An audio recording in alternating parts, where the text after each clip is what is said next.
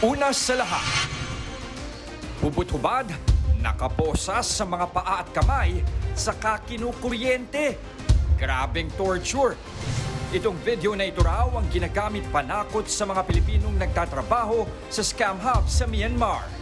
Ang buong detalye ng eksklusibong balitang yan, abangan maya-maya lang. Magandang hapon, Pilipinas. Kasama ang buong puwersa ng News 5. Ito ang Frontline Pilipinas Weekend! Lalaki sa Muntinlupa, nag-ala Spider-Man at tumanggi din sa mga kable ng kuryente at tumambay pa sa poste. Dating Pangulong Rodrigo Duterte, butot balat na raw sa The Hague ayon sa dati niyang asawang si Elizabeth Zimmerman. Lola sa Ifugao, patay matapos matapunan ng lupa kasunod ng mga pagkulan. Update sa habagat at bagyo, alamin. Sa Frontline News Abroad, nakawalang leyon ng habol at ng atake sa kalsada. At Guinness World Record para sa pinakamalaking display ng solar-powered lamps na sungkit ng Pilipinas.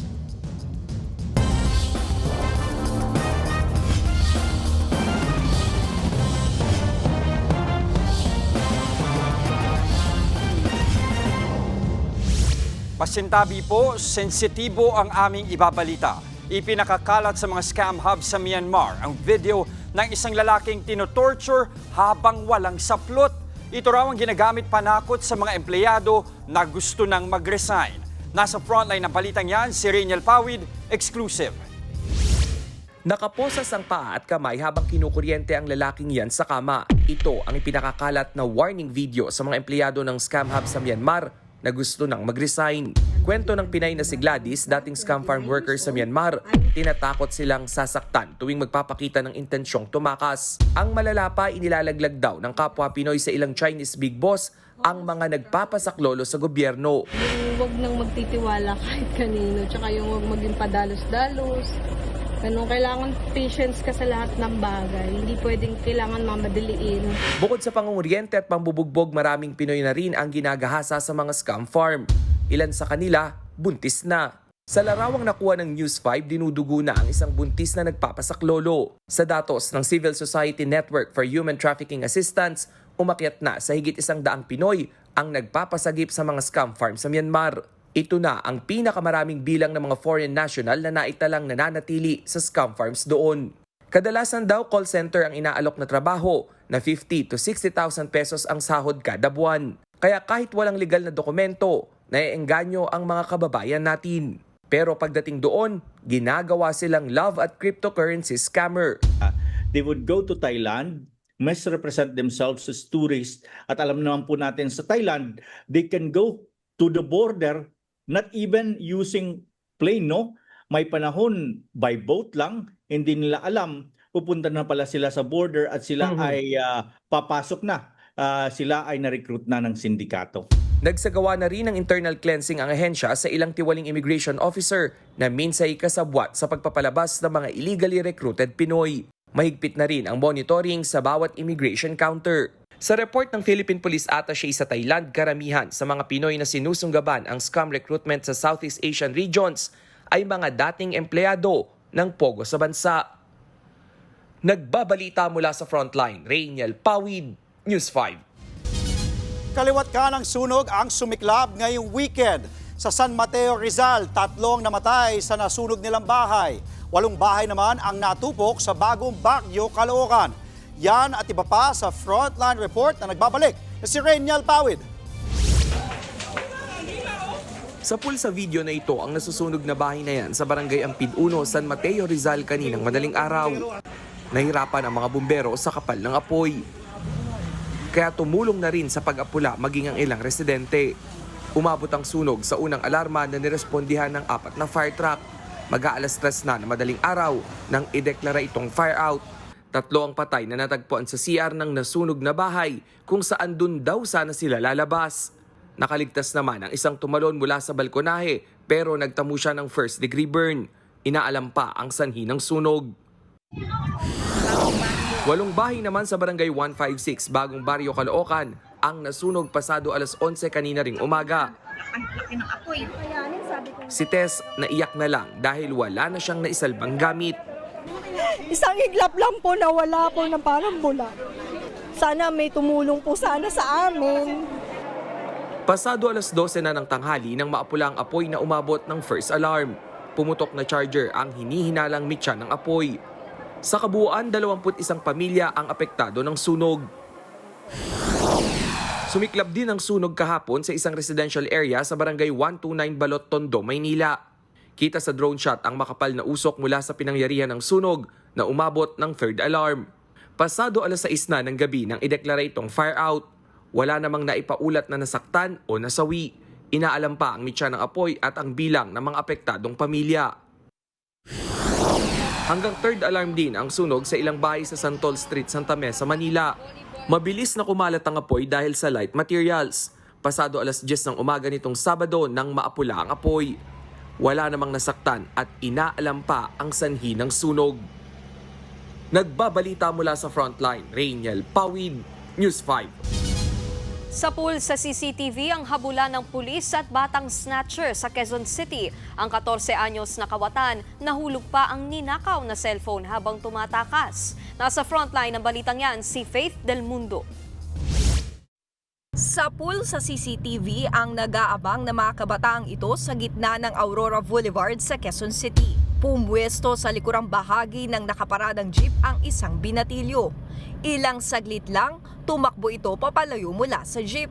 Maya-maya pa, humahabol na sa kanya ang isang pulis. Snatcher pala ang bata.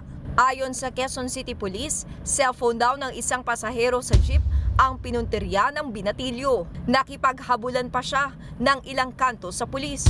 Pero nang makarating sa E. Rodriguez Avenue, tuluyan na siyang na-corner. Sa investigasyon, 14 anyos pa lamang ang kawatan na residente ng barangay Doña Imelda.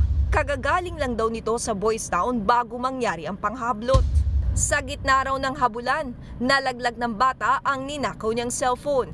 Agad namang na-recover ng may-ari na minabuti ng hindi magsampa ng reklamo. Agad itinurn over sa barangay ang snatcher. Kinalaunan, pinakawalan din siya at ibinalik sa pangangalaga ng kanyang nanay. Out of school youth siya, tapos galing na rin po siya sa Boys Town. Kaya medyo sakit na rin ang ulo ng magulang. Sinabihan na lang namin po yung magulang na hanggat maaari, kausapin yung bata. Kasi mauulit yan pag hindi nila inasikaso. Sabi ng barangay, hindi na raw bago ang ganitong insidente sa lugar. Almost diyan sa may Aurora, EDSA. Yun nga yung pag-stop po ng jeep, meron po may last time po may kaso rin dyan na nahablutan din. Estudyante rin po yung nahablutan. Pagka ma'am, stop ng jeep o kaya iba naman po sasabit, pag nakalabas yung mga cellphone na mabibiktima nila, makikita nila, hablutin nila. Nagbabalita mula sa frontline, Faith Del Mundo, News 5. Posibleng ma-recover pa ang mga buto ng missing sabungero sa Taal Lake kung totoo ang isiniwalat ni Julie Dondon Patidongan o alias Totoy na doon nga inilibing ang kanilang bangkay. Paliwanag ng DOST, nakadepende ang decomposition o pagkabulok ng kanilang mga katawan sa lokasyon nito sa lawa. Kung nasa ilalim na bahagi raw ng lawa ang mga labi, mape-preserve pa raw ito dahil wala ng oxygen doon. Pero kung mababaw, mapapabilis daw ang decomposition ng mga ito, kaya tanging mga buto na lang ang tiyak na matitira sa mga labi ng sabungero. Handa raw ang ahensyang makipagtulungan sa DOJ para sa pag-recover ng mga labi sa Taal Lake. Mungkahi ng kalihim, makatutulong ang paghulog ng underwater camera para mapabilis ang paghahanap sa mga labi. Tingin ko Na? na mas pinakamadali kaysa mag-dive. Okay. Okay. Kasi, Mas safe pa ang dive hindi safe. Hindi natin alam yung lalim eh.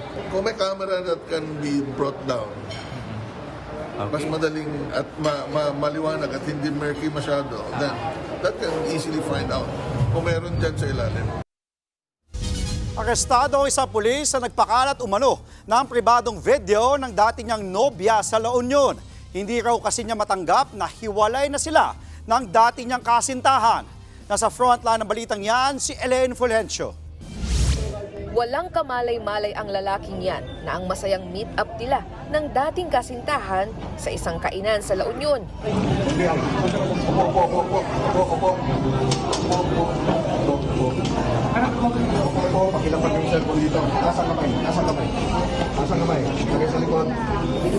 Entrapment operation na pala ng NBI Ilocos Regional Office. Mismong ang dating nobya ang nagreklamo laban sa lalaki. Ayon sa NBI, active police officer 1 ang lalaki na dating karelasyon at live-in partner ng biktima. Pero nang makipaghiwalay ang biktima, dito na raw siya pinagbantaan na ipakakalat ang kanilang pribadong video at larawan. Itong lalaki may mga videos siya sa kanyang cellphone, in-upload niya sa isang dummy account para mapilit niya uling pabalikin itong biktima at magkaroon ulit sila ng relationship. Pilit pa raw na kumukuha ng video ang sospek ng kanilang pagtatalik kahit na labag ito sa loob ng biktima. Sinasabi naman po nitong lalaki na para sa kanya lamang ang mga video na yon at kanya rin pong buburahin. Maharap ang sospek sa patong-patong ng mga reklamo, kabilang ang paglabag sa Violence Against Women and Children, Anti-Photo and Video Voyeurism Act, at grave coercion in relation to Cybercrime Prevention Act. Nagbabalita mula sa Frontline, Elaine Fulgencio, News 5. Ibinasura ng 18 plenary of judges ng ICC ang petisyon ni dating Pangulong Rodrigo Duterte na i-disqualify ang dalawa sa mga hukom na dumidinig sa kanyang kasong crimes against humanity. Sa kanilang dokumento, napagkasunduan ng mga judge na walang batayan para pagdudahan ng pagiging impartial o patas ni na Judge Rain Alapini Gansu at Judge Maria del Socorro. Dagdag pa nila, mali at hindi madedepensahan ang argumento ng kampo ni Duterte. Posibleng magdulot daw ito ng delay sa pagdinig sa kaso. Bago ang desisyon na yan ng ICC plenary judges, hindi rin pinagbigyan ng pre-trial chamber nitong Mayo ang parehong mosyon ni Duterte. Sa nasabing mosyon, iginiit ni Duterte na may bias o may kinikilingan daw ang dalawang judges dahil sa pag-aproba nila noon sa preliminary investigation sa dating Pangulo. Skin and bones o butot balat na raw si dating Pangulong Rodrigo Duterte na nakakulong pa rin sa The Hague, Netherlands. Ayon yan sa kanyang dating asawang si Elizabeth Zimmerman na bumisita roon.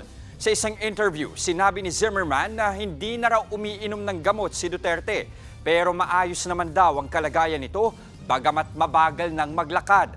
Nangamusta rin daw ito sa Davao City kung saan ang anak niyang si Baste Duterte ang tumatayong acting mayor. Higit 3 buwan ng hawak ng International Criminal Court si Duterte habang hinihintay ang trial para sa kasong crimes against humanity kaugnay ng madugo niyang drug war. Samantala, baha at landslide ang dala ng maulang panahon sa iba't ibang bahagi ng bansa. Sa Cebu City, nalubog sa lagpas tuhod na baha ang kalsadang yan sa Barangay Basak, Pardo kaninang umaga. Sa taas po ng tubig, tulong-tulong na ang mga residente sa pagtulak ng e-bike na yan, makatawid lang sa baha. Sa Banawe, Ifugao naman, isang lolang patay ng matabunan ng lupa sa landslide.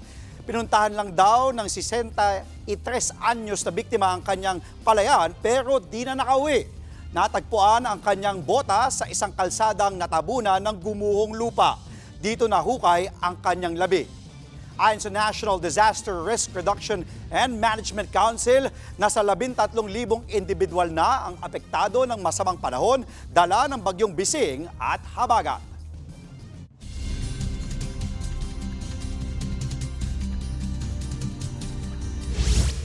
Sa ulat panahon, mas lumakas pa ang bagyong Bising na nasa labas ng Philippine Area of Responsibility. Huli itong namataan ng Pag-asa sa layong 335 kilometers kanluran hilagang kanluran ng Itbay at Batanes. Lumakas pa ang hanging taglay nito sa 130 kilometers per hour at may pagbugsong papalo sa 160 kilometers per hour. Yan po ang nagpapaulan ngayon sa Batanes at Babuyan Islands. Sa forecast ng Pag-asa, tutumbukin ng bagyong Bising ang Taiwan at posibleng pumasok ulit sa PAR mamayang gabi. Pero lalabas din ito sa PAR kinabukasan at magre-recurve pa China.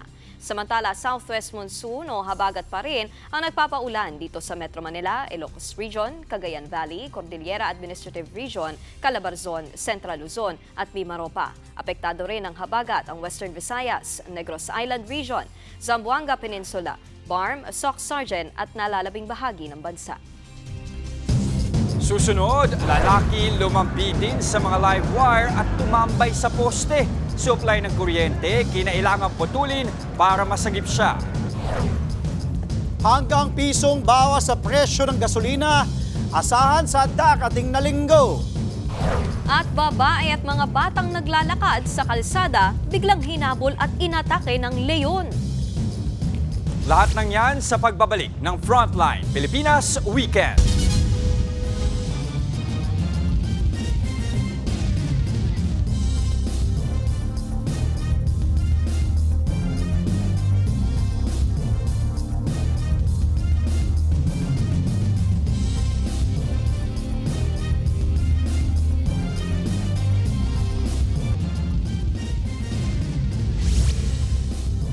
Bawal na ang sobrang ingay na tambutso sa Maynila.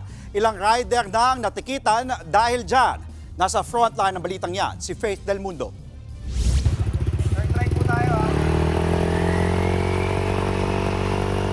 Ganito kaingay ang mga tambutsyo ng ilang motor na nahuli sa Tondo, Maynila noong Biyernes. Higit kasi sa dapat na ingay ng tambutsyo ang mga motor, kaya't kinumpiska ang mga ito at tinikita ng mga rider. Alinsunod yan sa ordinansa ng Maynila na nagbabawal sa maingay na tambutsyo sa kalsada. The national standard decibel is 99. Ngayon, pag sinukat po namin ito that emits sound at sumobra po sa 99, that is a violations na po ng ating ordinansa. Ang hindi lang sakop ng ordinansa ay yung mga big bike na iba pang motorsiklong ginagamit sa sports at motor shows. Kaya paglilinaw dyan ni Mayor Isko Moreno, hindi naman bawal magbenta ng modified muffler o yung mga pinabagong tambutsyo. Tanging yung may ingay lang daw ang bawal. The heart of the ordinance is yung nakakapamerwisyo ka at mali yung gamit mo, minodify mo. Yung pagbebenta, ay hindi naman namin na pinagbabawalan. The people of Manila deserves quiet nighttime. Quiet and peaceful nighttime. Base sa ordinansa, 1,000 piso ang multa sa mga unang lalabag, 2,000 piso sa second offense, habang 3,000 na sa third offense. Momotor din naman ako. Pero I tried not to be a nuisance to others. Yung nakakapamerwisyo na, we have to heed. Kailangan namin pakinggan yung kahilingan ng taong bayan na matulog ng maimbing at mapayapa. Hati naman ang reaksyon ng mga motorista sa ordinansa. Mas okay po na tahimik kasi nagtatrabaho po ako. Iba pong village, bawal po yung maingay. Mas mahal yung stock na pipe kesa dun sa mga replacement. Doon kami sa mas nakamura. Mas okay sa akin yung maingay yung tunog eh. Lumalabas yung power ng motor. Opo, ganaan magmotor. Ikakabit ko na lang po yung silencer kung sakali po. Opo, dalawa po yung silencer palagi. Maliban sa Maynila, ipinapatupad na rin ang ganyang ordinansa sa ilang lungsod tulad ng Marikina at Pasig. Nagbabalita mula sa Frontline, Faith Del Mundo, News 5. Nag-ala Spider-Man ang isang lalaking naglambitin sa mga live wire sa Muntinlupa. Kinailangan pang putulin ang supply ng kuryente sa lugar para masagip siya. Nasa frontline ng balitang yan, si Gary De Leon. Ala Spider-Man ang galawan ng lalaking yan na walang takot lumambitin at tumawid sa mga kable ng kuryente sa Muntinlupa. Alas 10 ng gabi nitong Sabado, ang lalaking yan umakyat daw sa isang gusali para makasampa sa mga kable. Tila lalo lang nagalit ang lalaki nang subukan sagipin ng mga awtoridad. Matapos ng ilang sandali, nakarating ang lalaki sa isang poste kung saan na siya tumambay. Dahil live wire ang pinagsabitan, hinintay muna maputol ang supply ng kuryente sa lugar para ligtas siya maakyat ng mga awtoridad. Kalaunan ay napakalma ang lalaki at naibaba.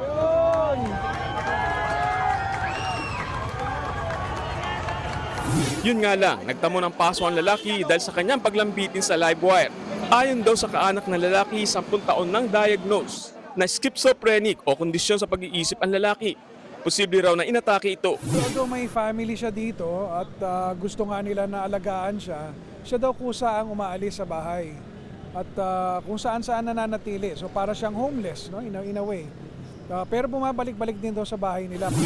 Kwento ni Mayor Rufy Biason, bago ang paglambitin ng lalaki ay nakatanggap sila ng ulat tungkol sa panggugulo ng lalaki sa lugar. Ayon naman sa barangay, lalo lang nataranta ang lalaki nang dumating ang mga otoridad. In this instance, nandito nga siya sa may tapat ng building. At ang report, merong mga parang nambabato siya. No? So inireport siya ng mga nandito sa kabilang establishment. Kaya rumisponde yung barangay. May phobia siya sa barangay police. Ngayon, umakyat siya sa second floor ng building na yon. Tapos yung ating mga barangay police, umakyat din para kahit paano itaboy na lang. Milagro raw na nakaligtas ang lalaki sa pagsabit sa kable ng kuryente. Sa ngayon, nananatili sa ospital ang lalaki kung saan siya nagpapagaling. Nagbabalita mula sa Frontline, Gary De Leon, News 5. May bago na hong presidente ang Catholic Bishops' Conference of the Philippines o CBCP. Siya si Archbishop Gilbert Garcera ng Lipa, Batangas. Nangyari ang botohan sa 130th CBCP Plenary Assembly sa Anda, Bohol.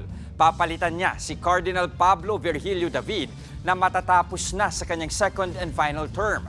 2017 nang italaga bilang Archbishop ng Lipa, Batangas ang 66-year-old na si Garcera. Sa mga estudyanteng suki ng LRT2 at MRT3, may nakalaan ng student lane sa mga ticket booth sa mga estasyon ng tren. Ayon po sa Department of Transportation, ito ay para mapadali ang access sa mga mag-aaral sa pagkuha ng student discount sa pasahe. Layon din daw nitong mapabilis ang commute ng mga estudyante para iwas late sa klase. Matatanda ang tinaas po sa 50% ang student discount sa mga linya ng LRT at MRT noong Hunyo. Ipatutupad ito hanggang matapos ang termino ni Pangulong Bongbong Marcos sa 2028. Sa ibang balita, mukhang may panibagong rollback ulit sa petrolyo sa susunod na linggo. Ayon kay Oil Industry Management Bureau Director Rino Abad, mahigit piso kada litro ang nakikitang tapyas sa presyo ng gasolina. 50 centavos naman para sa diesel, habang ang kerosene posibleng bumaba ng 80 centavos per liter. Ang rollback ay epekto ng patuloy na ceasefire sa pagitan ng Israel at Iran. Hindi pa nila masabi kung magtutuloy-tuloy ang rollback ngayong buwan ng Hulyo. Madadagdagan pa ang mga nagbebenta ng 20 pesos na bigas ng pamahalaan. Yan ang ibinida ni Pangulong Bongbong Marcos sa bago niyang vlog. Giit ng Pangulo, hindi mawawala ang murang bigas. Mas palalawakin pa raw nila ito sa iba pang palengke sa tulong ng mga LGU.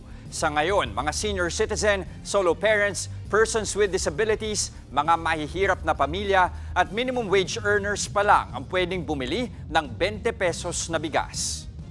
Hindi lang po ito pop-up store na mawawala naman pagkatapos na masimulan. 20 peso rice is here to stay. It is achievable, it is sustainable. Kaya abangan ninyo in your nearest public market.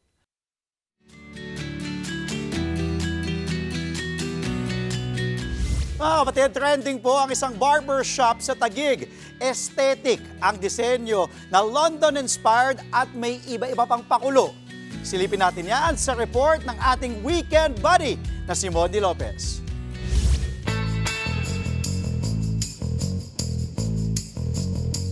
Nag-trending na barbershop makamo. Sa BGC ang next nating dayo. Ito na nga ang modernong barbershop para sa lahat. Inspired ng iconic London telephone booth. Aesthetic kung aesthetic. Bawat detalye may dating. Classy at timeless na swak sa feed mo. Ang cozy vibes dito, ramdam na ramdam ko. Ipa-experience nga natin sa sketch artist na si Mang Rod. Feeling VIP siya, oh.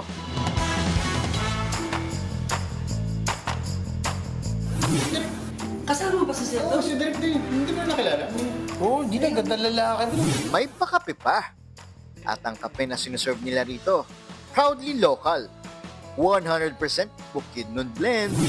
Teka, new look na si Mang Rod, ah. Hindi ito AI. Try ko na rin nga ang gupit dito. Kasama ko si Kuya Arnold. First time ko magpapagupit sa hindi taga Bulacan kasi may suki ako dito. Kuya Arnold, ano masasabi mo? Anong gusto mong offer sa akin na gupit? Ganitong gupit, sir. Gusto mo? Anong gupit? Naku, masyadong ano yun ah. Ano tawag ba dyan? Mula sa classic na gupit at ahit hanggang sa modern grooming, talaga namang pang-content ready. Sobrang close ko sa tatay ko. I would recall every Sunday, sinasamahan niya ako dalhin sa barbershop, bata pa ako. Pinapaupo niya ako doon sa extension chair ng barber chair. So, ngayon, nangyayari dito sa Modern Facts, nakikita natin father and son bonding moment. May snacks din para kumpleto ang chill mo. Kung gusto mo naman ng kaunting unwind, meron din silang cocktail bar. Tamang timpla lang ha. May lounge area din sa mga gusto mag-chess o magtrabaho remotely. At paggabi na, nagiging event space pa ito. Tambayan ng tropa na gustong makireconnect sa isa't isa. Astig, di ba? Gupit, kape at koneksyon, pinag-isa. Pondi Lopez, News 5. Susunod, halos 50 patay habang nasa 20 ang nawawala sa matinding pagbaha sa Texas sa Amerika. Sa pool sa video, nakawalang leon, sinugod ang mga naglalakad lang sa kalsada. At mga bigating artist gaya ng SB19, Beanie at Rico Blanco, pasabog ang performance sa OPM Con. Huwag po kayong bibitiw mga kapatid. Magbabalik ang Frontline Pilipinas Weekend.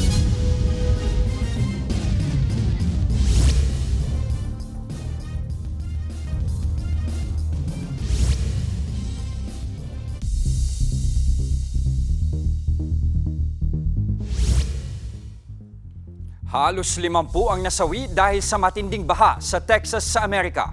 Sa drone video na ito, kita ang rumaragas ang tubig. Umabot yan sa mga kalsada at halos abutin na ang mga tulay. Sa isang campsite, 27 campers ang nawawala dahil sa pagbaha. Patuloy pa silang hinahanap. Kabilang naman sa mga nasawi ay 15 bata. Matinding ulan ang nanalasa sa Texas noong Biyernes na nagpaapaw sa ilog kaya bumilis ang pagbaha. 3 ang sugatan matapos atakihin sa kalsada ng nakawalang leon sa Pakistan. Sa kuha ng CCTV, makikitang inakyat ng leon ang isang mataas na pader habang hinahabol ng mga residente. Dire-diretso itong tumakbo at sinugod ang isang babae at 2 bata sa kalsada. Agad sinugod sa ospital ang 3 biktima na ngayon ay nasa stable condition na. Nahuli naman ng Wildlife Department ang leon at sinampahan ng kaso ang may-ari nito.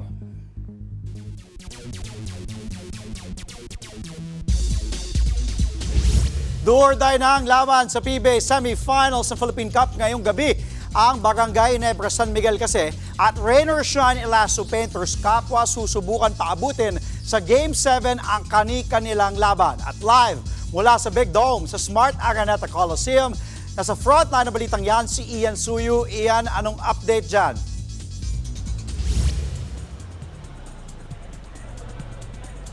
Andre, end or extend. Matapos nga ang 5 umaatikabong laro, malalaman na natin kung posible bang may team nang makapasok patungo sa finals ngayong Game 6 ng PBA Philippine Cup Semifinals dito sa Big Dome. At ang first serving nga natin, tapatang sa pula, sa puti, sa pagitan yan ng sister teams na Barangay Ginebra, San Miguel at San Miguel Beermen. Sa ngayon nga, ongoing yung first half ng laro kung saan lamang ang mga Beermen. Tila naging siso battle ang sibling rivalry na yan kung saan nga tumabla ang serye sa 2-2 bago tuluyang nakuha ng Beermen ang crucial 3-2 advantage noong Biyernes. Ngayon, isang panalo na lang at muli na silang makakabalik sa finals ng All-Filipino Tournament. Ganyan din ang sitwasyon sa tapatang Rain or Shine at TNT Tropang Giga sa kabilang pairing. Kontrolado ng Tropang 5G ang serye ngayon at 3-2. Isang panalo na lang ay makukuha na nila ang ticket sa finals para sa kanilang journey tungo sa inaasam-asam na Grand Slam. Sa katunayan nga, noong Biyernes ay pwede na sana nilang tapusin ang serye. Pero bumigay ang depensa ng Tropang Giga kaya't nakuha ng Rain or Shine ang Game 5. Malaki ang naging epekto ng absence ni TNT head coach Chot Reyes sa larong yan. Maaalalang nasuspende si Reyes ng isang laro matapos makakuha ng 5 technical fouls ngayong Philippine Cup. Yun nga lang, nasa Elasto Painters ang momentum at target nilang itabla ang serye sa 3-all para dalhin ang laro sa Game 7. Andre, kung sakali man na magtatagumpay ang TNT pati ang SMB sa kanilang mga laro ngayon, makukuha na nila ang ticket sa finals at ito rin yung magiging first ever rematch nila sa championship round mula noong 2022 Philippine Cup. Yan muna ang latest mula dito sa Big Dome. Andre? Maraming salamat, Ian Suyu. Samantala, pasok na po sa Women's Asian Cup ang ating national football team na Pilipinas. Sa score na 1-0 kontra Hong Kong, isang early goal ni Chandler McDaniel ang nagpasimula ng kanilang qualifier wins sa Cambodia nitong Sabado. Naipanalo ng Pilipinas ang lahat ng 3 laro sa Group G ng qualifiers.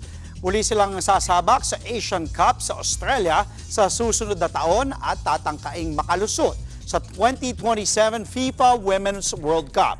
2022 nang huling maglaro sa Asian Cup ang koponan kung saan nakapasok sila sa World Cup matapos talunin ang Chinese Taipei.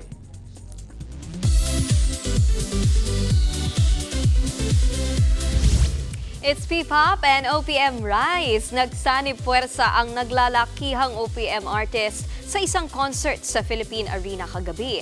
Present dyan ang P-Pop Kings SB19, Nation's girl group BINI at ang OPM icon na si Rico Blanco. Narito ang report ni News 5 digital producer Von Belinario. Uwian na dahil may nanalo na. Talagang mapapasabi ka niya dahil talagang panalong-panalo ang musikang Pinoy sa OPM-Con 2025 ng isang grocery chain na ginanap sa Philippine Arena sa Bukawi, Bulacan kagabi. Nagsanib puwersa lang naman ang ilan sa mga naglalakihang OPM artist sa iisang stage. Unang ariba pa lang, humataw na sa Shigidi Dance ng BINI sina SB19 Stel, Kaya member Charlotte at G22 member Alfea. Bigla ring lumabas si James Reid at nakipagsabayan sa kantahan with BINI. Naging Jopay Nation naman ang buong Philippine Arena sa power collab ng Kaya at ng bandang Mayonnaise. Grateful naman ang G22 nang kantahin nila ang Salamat with Yeng Constantino. Pero mas dumagungdong ang buong Philippine Arena nang kantahin na ng SB19 ang Liwanag sa Dilim na theme song ng kapatid teleseryeng Incognito. Mas naloka ang buong arena nang lumabas ang OPM icon na si Rico Blanco at nakisabay sa pag-awit with the Kings of P-Pop. Salamat, napaka helpful nyo na mabawasan yung kaba ko sa ganito kalaking stage. But wait, akala nyo yun lang ang pasabog ni Rico? Sa pambihirang pagkakataon, humataw sa dance floor si Rico sa hit song ng SB19 na Dungka. It's P-Pop and OPM Rise all over the venue dahil nakisaya na sa Dungka ng SB19 ang mga miyembro ng BINI, Kaya at G22. The power of collaboration in the OPM Con. All-out din sa performances ang Sunkiss Lola, pati na ang rappers at hip-hop artists na sila Skastak Lee at Flo G. Nagbabalita mula sa Frontline, Von Belinario, News 5. Blinks, are you ready to jump? Mukhang may bagong kantang ilalabas ang Blackpink after almost 2 years.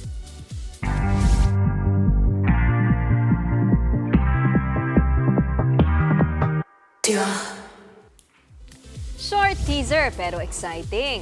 Jump ang title niyan. Inanunsyo yan ng Blackpink sa first night ng kanilang Deadline Tour sa South Korea kagabi. Wala pang detalye kung kailan yan ilalabas. Nakatakda namang mag-concert ang Blackpink sa Philippine Arena sa November 22 and 23. Susunod, gasolinahan sa Rome, Italy, sumabog. At van na mag-aatid ng bangkay sa Negros Oriental na sunog. Tuloy-tuloy ang balitaan sa Frontline Pilipinas Weekend.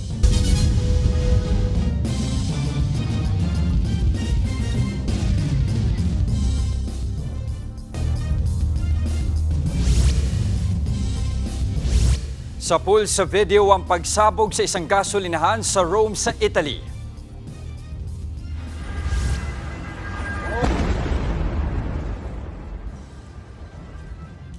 Sa mga amateur video, kita ang laki ng pagsabog. Napatakbo tuloy ang mga tao sa takot. Sa ulat ng Reuters, umabot sa 50 tao ang sugatan. Kabilang narito ang ilang pulis at bumbero na unang sumaklolo. Sa lakas ng pagsabog ay narinig ito sa iba't ibang bahagi ng lungsod. Base sa investigasyon, lumalabas na nagkaroon ng gas leak bago ang pagsabog. Patuloy na binabantayan sa ospital ang mga nasunugan. Lumihab sa kalsada ang isang van na may kargang bangkay sa Bios Amlan, Negros Oriental. Nakahinto ang L300 sa gilid ng National Highway nang bigla itong umusok. Natakanta ang mga sakay nito kaya agad silang humingi ng saklolo. Maya-maya, bigla na lang lumiyab ang van. Hindi na nakita sa video pero naibaba ang bangkay bago pa man masunog ang sasakyan. Lumalabas na galing ospital ang van at sakay nito ang bangkay na iuuwi sana sa bayan ng Mabinay. Naramdaman umano ng driver ang pag-init ng upuan kaya inihinto niya ang van. Baterya ng van ang itinuturong mitsa ng sunog.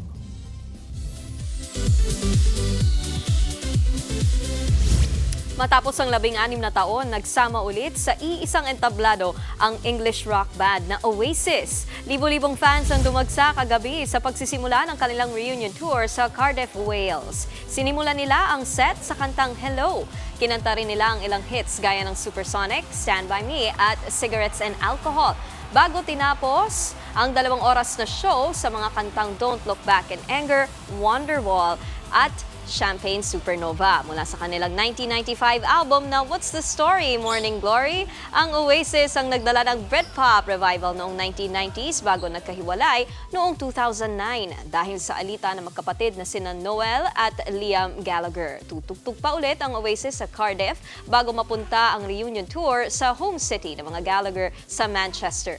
May mga stop din ang tour sa Britain, Ireland, North at South America, Asia at Australia. Huwag kayong aalis mga kapatid dahil tuloy-tuloy ang balitaan sa Frontline Pilipinas Weekend.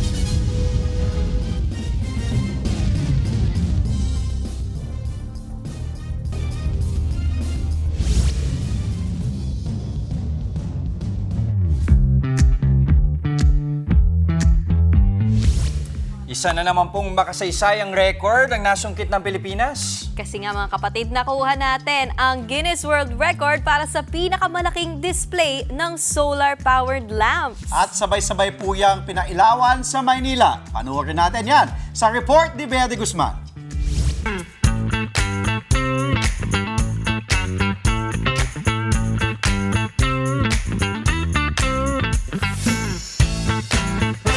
Largest display of solar-powered lamps sa buong mundo ba kamo? Pilipinas na ang may hawak ng titulong yan sa Guinness World Records.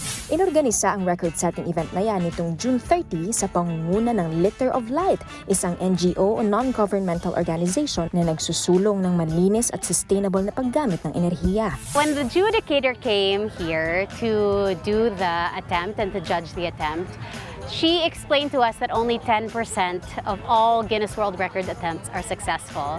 And dun ko naalala na talagang mahirap maging world record holder. It's really a labor of love, but it's also a challenge.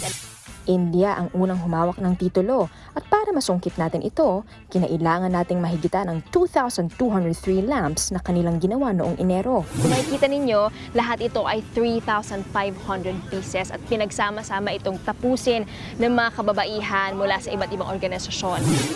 Ang lampara na gawang seramika, mano-manong dinisenyo at nilikha ng Odang Putik Pottery Studio. Nakatulong ito para makapaghatid ng kabuhayan sa mga ilaw ng tahanan at ng makabuluhang karanasan sa mga estudyanteng nagboluntaryo. Yung disenyo, ang kinalabasan niya ay handshake. Nagmula po ito sa kamay ng ating mga artists and artisans at hindi lamang po doon titigil yung paghawak doon sa ceramic lamp. We're here to commit to a promise. A promise for our advocacies. Ayon sa Litter of Light, ang nakamit na titulo, hindi lang for the show. Isa itong ehemplo ng climate action para sa inaasam na climate justice. Layunin nitong ipakita na posible ang paggamit ng malinis na enerhiya para sa mas ligtas na kinabukasan para sa lahat. Mananatiling nakadisplay sa publiko ang solar lamps hanggang July 9 sa Luwasang Rizal Open Grounds. Ipamimigay naman ito pagkatapos sa mga mag-aaral ng Talim Island. Dia de Guzman, News 5. Yun ang isang magandang record na naitala ng mga At ang dami rin pala Pinoy. nilang nabigyan ng trabaho sa effort na ito. At marami na silang komunidad na napailawan. Dahil dyan. Bukod sa number 1 tayo sa traffic, sa Samana Airport, at least ito, Maganda. Positibo. Something to be proud of. Kuryente pa. Mismo. At yan po, ang mga impormasyong dapat ninyong malaman. Mga balita para sa may alam at may pakialam. Kami ang inyong mga kasangga sa Frontline Pilipinas Weekend.